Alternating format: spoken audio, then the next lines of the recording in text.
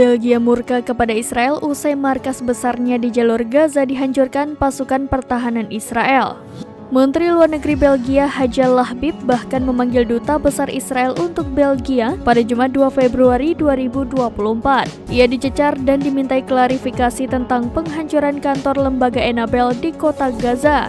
Dilansir dari tribunnews.com, hal itu diumumkan Menteri Luar Negeri Belgia Hajjal Lahbib melalui media sosial X pada Jumat 2 Februari 2024.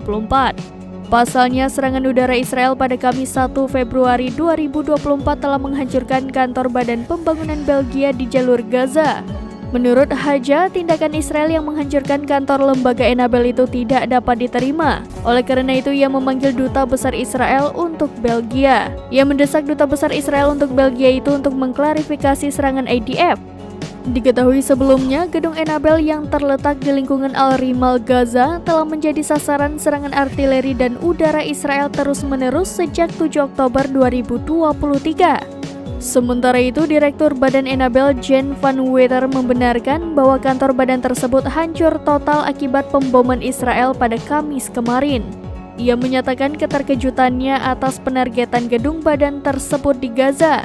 Jan van mengatakan Enabel sebagai pemerintah yang bekerja untuk kepentingan publik dalam kerangka hukum kemanusiaan internasional tidak dapat menerima pemboman.